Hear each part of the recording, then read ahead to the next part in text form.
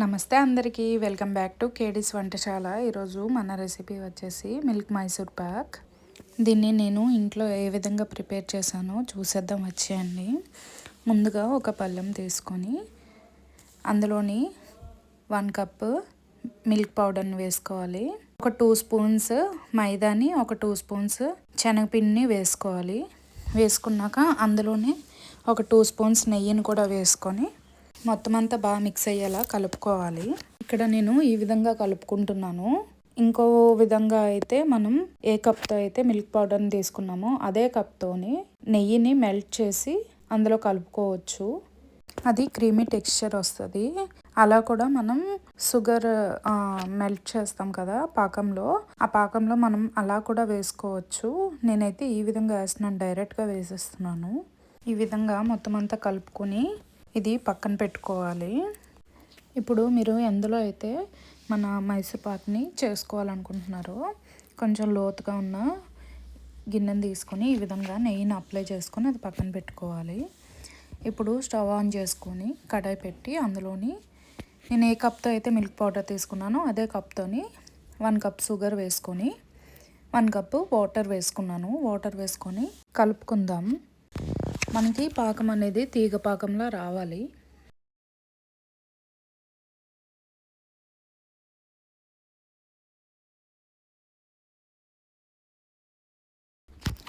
ఇక్కడ మనకి మన పాకం అనేది చాలా ఇంపార్టెంట్. ఇక్కడ మనం మధ్య మధ్యలో చెక్ చేస్తూ ఉండాలి. నేను ఇక్కడ చెక్ చేశాను, ఇంకా పాకం అయితే తీగ పాకం రాలేదు. సో కలుపుతూ ఉండాలి. పాకం చేసేటప్పుడు దగ్గరే ఉండాలి. పాకం అనేది లో ఫ్లేమ్లో పెట్టే చెయ్యాలి. ఇక్కడ నాకైతే మళ్ళీ చెక్ చేశాను కదా, పాకం అనేది తీగ పాకం ఇంకా రాలేదు. ఇప్పుడు ఇంకోసారి చెక్ చేసుకుందాం. ఇప్పుడు చూసారు కదా, తీగ పాకం అయితే వచ్చింది. ఇందులోనే నేను ఒక నిమ్మ చెక్కని పిండుకుంటున్నాను. దీనివల్ల మనకి మైసూర్ పాక్ అనేది రవ్వల్లా రాదు. ఇలా నిమ్మ చెక్క పిండుకున్నాక అది బాగా కలుపుకొని అందులోనే మనం కలిపి పెట్టుకున్న పిండిని తెచ్చి ఇందులో వేసుకోవాలి. వేసుకున్నాక బాగా కలుపుకోవాలి. మొత్తం అంతా కలిసేలా బాగా కలుపుకోవాలి. ఇదంతా లో ఫ్లేమ్లోనే జరుగుతుంది.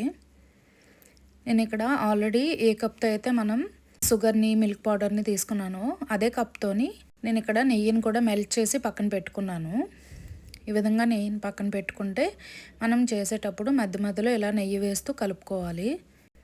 ఈ విధంగా కలుపుకుంటూ మధ్యలో చెక్ చేసుకోవాలి. మనకి చెక్ చేసుకునేటప్పుడు మనకి పిండి తీసి చూస్తే లడ్డూలా రావాలి. మనం ఇక్కడ చెక్ చేసుకున్నట్టయితే చూసారు కదా, ఇది ఇంకా మైసూర్ పాక్ కోసం అయితే పిండి ఇంకా రెడీ అవ్వలేదు. ఇంకాసేపు మనం కుక్ చేసుకోవాలి. సో నేను ఇలా మళ్ళీ మధ్య మధ్యలో నెయ్యి వేసి కలుపుతున్నాను.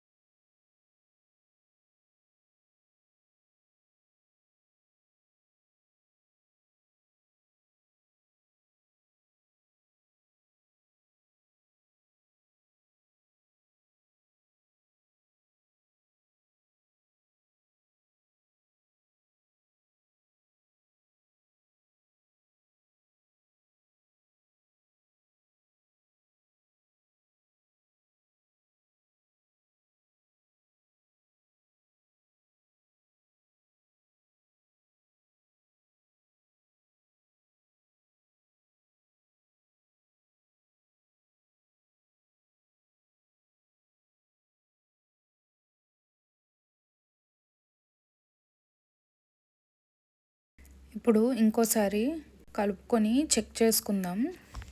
చూసారు కదా, ఇప్పుడైతే పర్ఫెక్ట్గా లడ్డు షేప్లో అయితే వచ్చింది. అంటే మనకి మైసూర్ పాక్ కోసం పిండి ప్రిపేర్ అయిపోయినట్టే.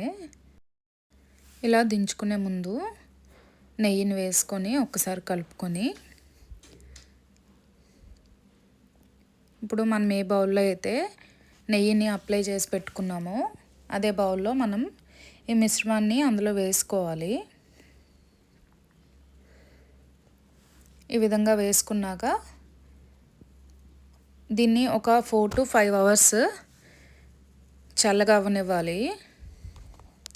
అది కంప్లీట్గా చల్లగా అయిన తర్వాతే మనం డీమాల్డ్ చేసుకోవాలి, లేదు అంటే విరిగిపోతాయి. నేను ఇక్కడ డీమాల్డ్ చేసుకునే ముందే ఇలాగా నైఫ్తో ఈ విధంగా కట్ చేసి పెట్టుకున్నాను. సో నాకైతే ఈ విధంగా వచ్చాయి. నేనైతే 3 అవర్స్ ముందే ఇంకా తీసేసాను. సో నాకు ఇలా వచ్చింది. పర్ఫెక్ట్గా మైసూర్ పాక్ అయితే పర్ఫెక్ట్గా వచ్చింది. టేస్ట్ కూడా చాలా బాగుంది. ఇలా మనకి చూడండి, నేను ఇక్కడ ఇరగ్గొట్టు కూడా చూపిస్తున్నాను, ఒకసారి చూడొచ్చు. ఇంతే అండి, ఎంతో సింపుల్ అండ్ టేస్టీగా మన మిల్క్ మైసూర్ పాక్ అయితే అయిపోతుంది. తక్కువ ఇంగ్రీడియంట్స్తో అయిపోతాయి. మనకి పాకం పర్ఫెక్ట్గా వస్తే సరిపోతుంది. ఒకసారి ట్రై చేసి చూడండి, చాలా బాగుంటుంది. Thank you for watching.